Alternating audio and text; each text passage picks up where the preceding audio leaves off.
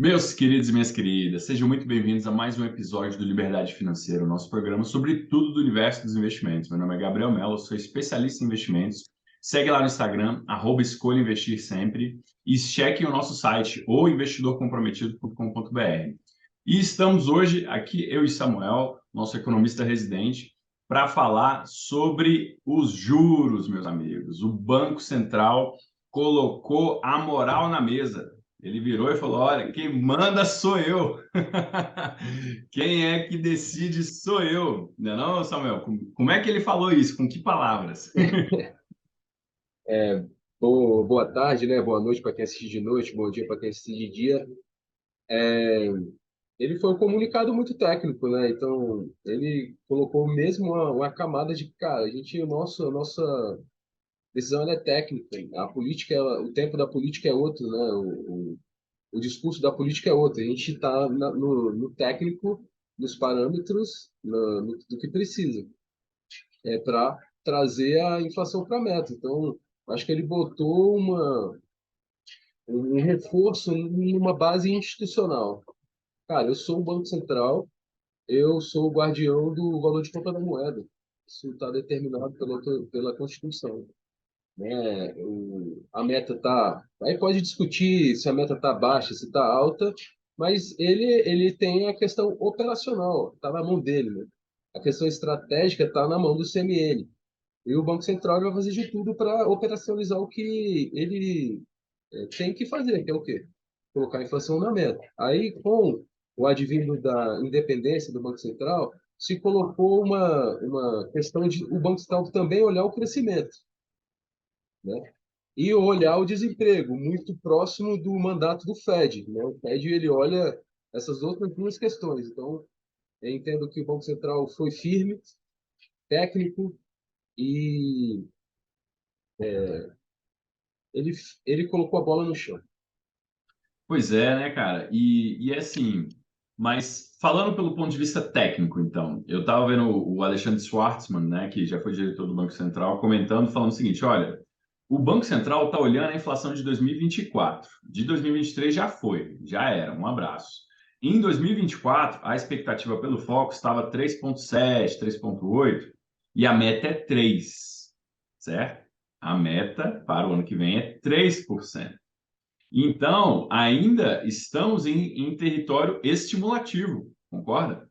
Né? Então, assim, teria que contrair mais o juros, subir mais para trazer de 3,7 para baixo, para mais perto de 3. Se ele titubeia, se o Banco Central titubeia, o juro rapidamente, a inflação, aliás, a expectativa, né, de inflação rapidamente iria subir desses 3,7 e se distanciar mais ainda da meta.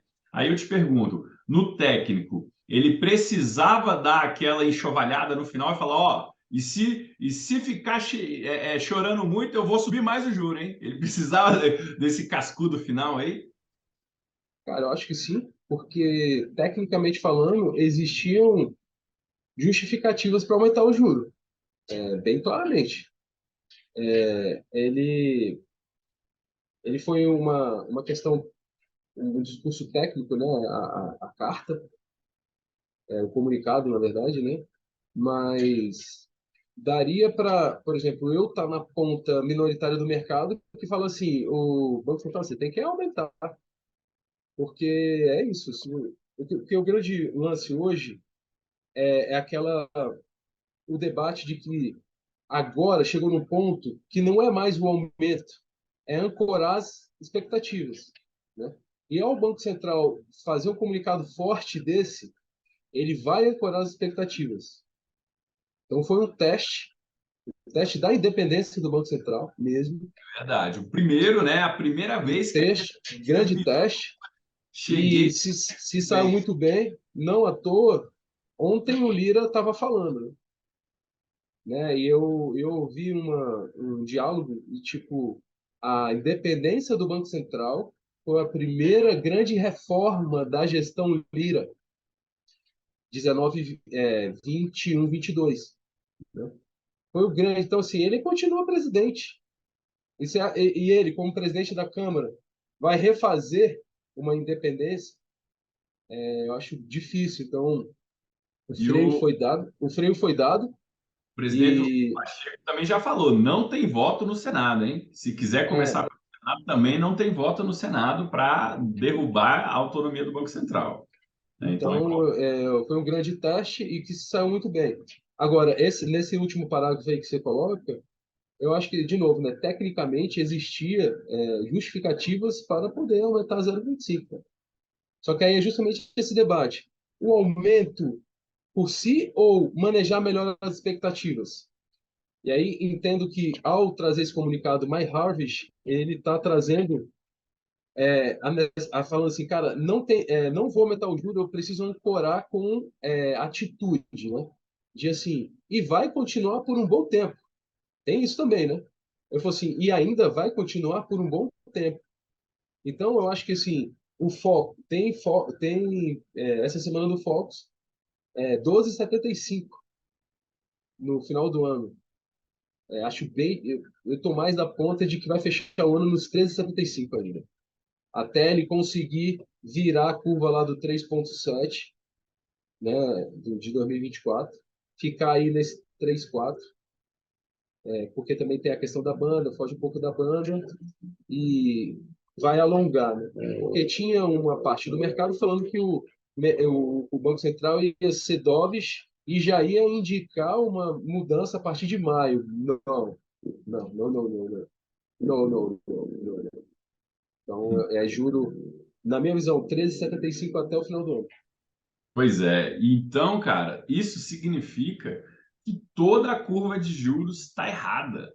Meu Deus, poxa, já pensou assim, a galera colocando dinheiro pesado no mercado, né? Os entes, né, institucionais fazendo aí as suas apostas, né, na curva de juros, e muita gente colocando muito dinheiro que em janeiro de 2024, nesse exato momento, está fechando em 13,07, né? Então, pô, 13% teria que ter no mínimo dois ou três cortes até dezembro para a gente chegar nisso, né? O mercado ainda não comprou essa hawkishness, né?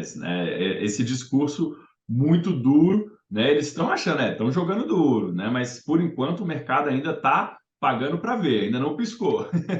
Não, porque o mercado ainda está se agarrando num arcabouço incrível.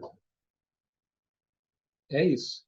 Se acontecer, né, ele muda a comunicação em maio para em junho, ou né, julho, poder começar a cair 0,25, aí setembro 0,25, novembro 0,25 e fecha o ano a 13. Então, é o crível do arcabouço, né? Se vai ser crível ou não, esse aqui é o grande ponto. E aí, para tu ver, é 13, na 13,75. Eu entendo realmente que não combina com a plataforma que foi eleita trazer regra de controle de gastos, vai contra a natureza. Verdade. Então, eu quero muito entender o que vai vir. Então, eu realmente tendo para o lado de que vai ser uma grande de uma maquiagem, não tão crível assim, e que vai precisar estar com esse juro aí mais um tempo do que esses 13 que está apontando para janeiro do ano que vem. Bom, e lá fora, cara? E essa crise bancária aí explodindo? Deutsche Bank, Credit Suisse, grandes nomes aí europeus na lona.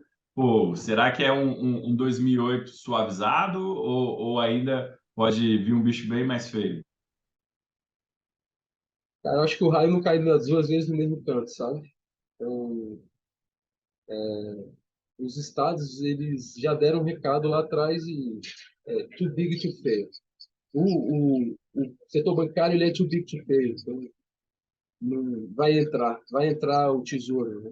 E aí, o que descambaria nisso? Nas dívidas estatais, né? Porque eu acho que um grande debate que está acontecendo é a substituição do dólar como o agente transacional mundial, né? Então, assim, o petróleo ele é pago em dólar. Aí a Arábia Saudita já está falando que vai começar a aceitar yuan. As commodities são em dólar. Já tem gente falando que vai começar a aceitar yuan. A Rússia, ela só recebe em yuan agora, né? Rolou os embargos lá, ela assim, dólar e euro, beleza, é tudo yuan. Então, e como que isso reverbera dentro da área de influência russa e China e chinesa? Por isso a importância da Índia neste momento atual da história, porque ela é um pouco mais pró-ocidental e ela bate de frente com a China. Então, eu acho que o grande ponto é esse. Os estados, eles vão garantir o que tem que garantir, de não contágio do sistema, proteger o pequeno investidor, né? Às vezes vai entregar aqui uma rapadura para o grande também, mas ele vai. Acho que o exemplo do Credit Suisse foi um exemplo bom, né? Então, tipo assim, vai ter gente perdendo dinheiro. O importante é ter uma limpeza, sabe? Então, não vejo essa crise bancária como igual 2008. Os estados já deram um recado. Vai ter aqui e ali, vai ter algumas perdas, mas eu acho que tem que ter mesmo. Não é salvar todo mundo, né? Ter perdas e o grande, eu acho que embate hoje é esse dólar versus yuan nas transações comerciais, cara. Nas Pois é, transações comerciais. mas então, assim, tudo bem, o setor bancário é too big to fail, né? Mas o Silicon Valley Bank quebrou, né? Por enquanto, só quem não se machucou foram os depositários, né? Os donos dos depósitos. O Banco Central parece que vai garantir todos os depósitos. Mas o banco foi pro saco. E, e aí, assim, tipo, quais próximos SVBs, né? Tipo, será que só vão salvar os depositários lá? As instituições vão ir quebrando em sequência, né? Como é que vai ser isso? Tipo, o moral hazard acabou, então? Depois do Lehman Brothers ficou um trauma, todo grande banco vai ser salvo, basta ele se endividar o suficiente para ele precisar ser salvo? É isso? Eu acho que os top 10 vão garantir isso de alguma forma, nem que seja fazendo lobby pro Estado garantir, entendeu? Então, existe uma lição aprendida em 2008. O que vai acontecer agora, para ser daquelas proporções, deve ser um problema novo. Não parece que seja, na minha visão. Não parece que seja um problema novo. Parece que um banco que levou a marcação de juro negativa começou a receber saque por uma especulação e quebrou. E, então, eu não acho, sinceramente, assim, é um achismo meu, pelas leituras que eu faço do mercado, que vá ser alguma coisa que Cara, mas vá ser um problema novo, tá ligado? o É mais um motivo, problema antigo de o novo. motivo, o motivo da quebra do SVB é um motivo muito, muito relevante. Ele quebrou, sabe por quê? Porque ele usava a garantia dele com títulos públicos americanos, certo? Ele simplesmente botou a reserva bancária dele no título mais seguro do mundo e esse título desvalorizou e aí ele deixou de estar solvente para cumprir ali as garantias de alocação de capital, né? Então, assim, olha o recado por trás. Os caras seguraram treasuries e quebraram, né? E agora? E o resto do sistema bancário que tem trilhões e trilhões de treasuries? Mas não quebraram por conta dos treasuries em si. Quebraram porque eles Então, a foram garantia deles de vez, a mega garantia deles. especuladores, né? Eles não criaram, eles não foram na segurança, que nem uma discussão que a gente tem. Eles arregaçaram, né? Tipo assim. Eles alavancaram, aí o valor da garantia caiu, e aí ele não podia mais fazer, ele não tinha mais liberdade de ação. E aí Pois foi é. embora. Então, mas isso abre duas discussões. Tipo assim, será que eles fizeram um mínimo de proteção de hedge contra a oscilação desses títulos, né? E segundo, será que então acabou a era de usar os treasuries como safe havens, né? Como aqueles ativos livres de risco que tinha antigamente? Então, mas eu acho que o ponto primordial é que não foi por conta dos treasuries. Os treasuries não deixaram de ser ativo livre de risco. O que aconteceu foi que, com o aumento de juros, o PU cai, né? E vice-versa. Então, o PU caiu. Aquele 1 bi não vale mais 1 bi, vale 950, exemplo. Mas se ele estava usando 1 bi de garantia, agora ele, putz, assim, não tem como mais ser 1 bi, vai ser 950. E nessa aqui, o cara começa a sofrer.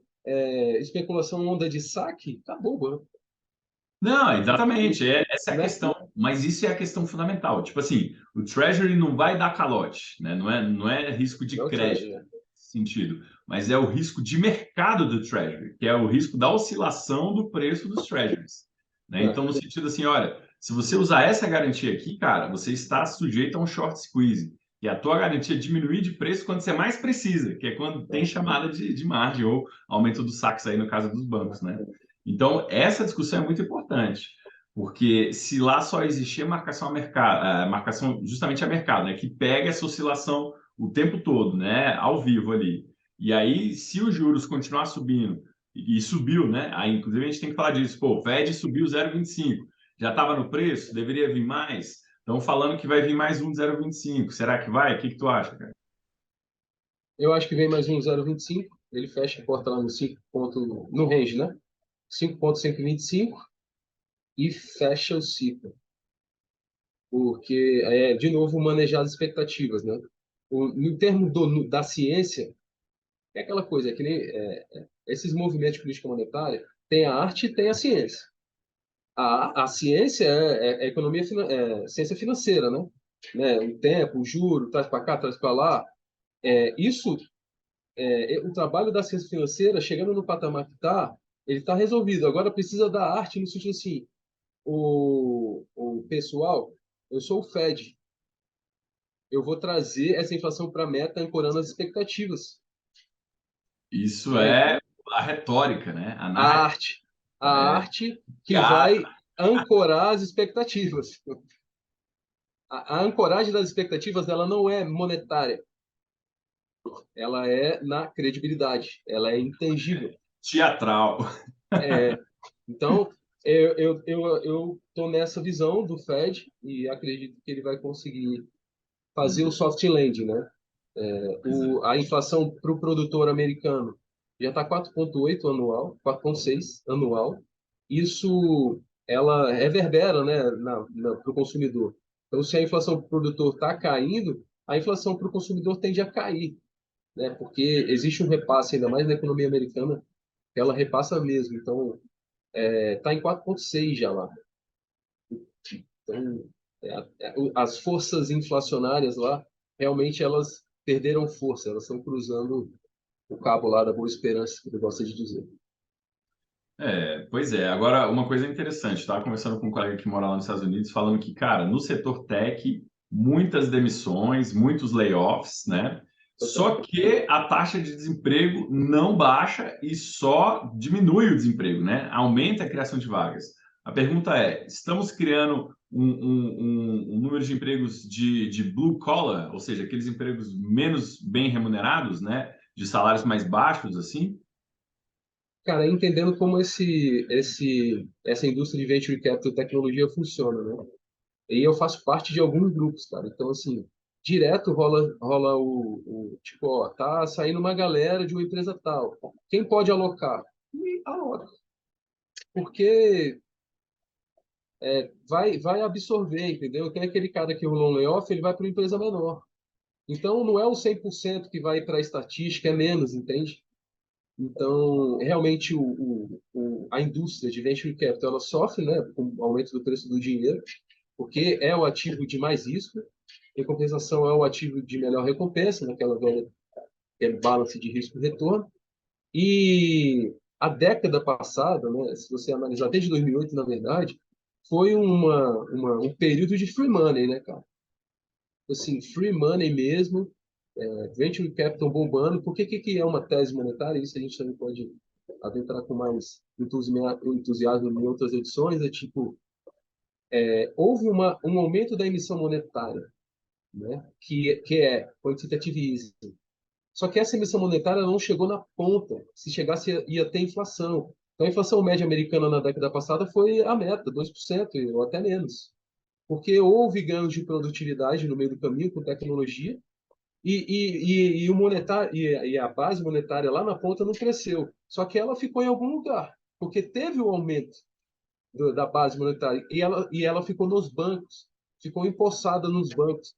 Em vez de ir para a ponta final, o que aconteceu? Uma inflação dos ativos. Então, S&P só subindo, né? Verdade. Escorregou todas É, as ações o dinheiro. comprar empresas de tecnologia só subindo. Então, a inflação não foi na ponta dos produtos, mas foi na ponta dos ativos. Tá?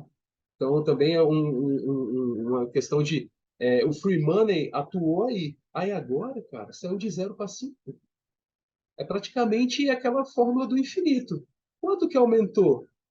Aí pega o 5, divide por 0. Qual é essa conta? É infinito. Mas assim, saiu de 0 para 5, vai ter mortos no caminho, em Pois é. termos de Pois alavancagem financeira. Da última vez que aconteceu coisas desse tipo assim, a gente viu muitas quebras no setor imobiliário, né? Tinha muita gente alavancada em empréstimos, né? E aí, quando o custo dos empréstimos ficou muito alto, começou aquela quebradeira, né? Vários bancos, várias financiadoras de crédito imobiliário. Então, é hora da gente começar a mapear os setores sensíveis à taxa de juros, né? Que é aonde o problema vai começar. E aonde a gente já vê, dentro daquela ideia, né? De que um pilar antes de cair, ele sempre dá uma rachada, né? Ele dá uns cracks. Onde já estão os cracks a olho nu? Setor de varejo, vários cracks. Setor de varejo aí, várias rachaduras aí pelo caminho, né? E o setor bancário, né? Setor bancário bem complexo. Setor de construção civil, cheio de rachadura, bem difícil vender esse ambiente de juros na lua, produzir e vender ainda e financiar o pobre do comprador, né, que paga 1000 vezes de juro da produção, juro do financiamento da rede, juro do cheque especial que ele vai usar ainda para complementar, né? Então, esses setores aí eu acho que tem que ficar de olho. Sofrem, né? E foi um. Ontem, principalmente o mercado brasileiro, ele baixou de 100 mil pontos. Né? Então, ele veio reto do 197 por conta da ata do Banco Central que ele explicita que, cara, eu preciso da inflação na meta. Não tem, para eu baixar, eu tenho que ancorar as expectativas. Então, ficou-se com o sentimento de que os juros eles vão ficar por muito tempo mais no nível que está. E a curva de juros no 13, sai de 3,75 para 13, 13. Então, assim, eu acho que é esse o contexto. No Brasil, a gente ainda precisa de um período a mais de juro. E nos Estados Unidos, por ser uma economia que responde mais rápido ao estrangulamento da política monetária, vamos dizer assim, porque contrai, né, a contração da política monetária, eles lá vão estar mais rápido nessa batalha contra a inflação. E aí lá eles vão conseguir baixar o juro mais rápido. É isso, é isso.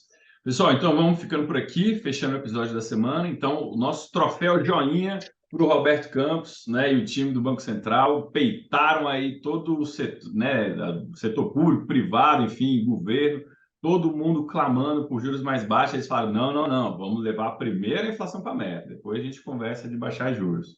Então, parabéns por essa determinação. Realmente, finalmente a autonomia mostrou que veio o seu valor, né? E vamos tentar preservar ela assim. Pessoal, até a próxima. Se cuidem. Tchau.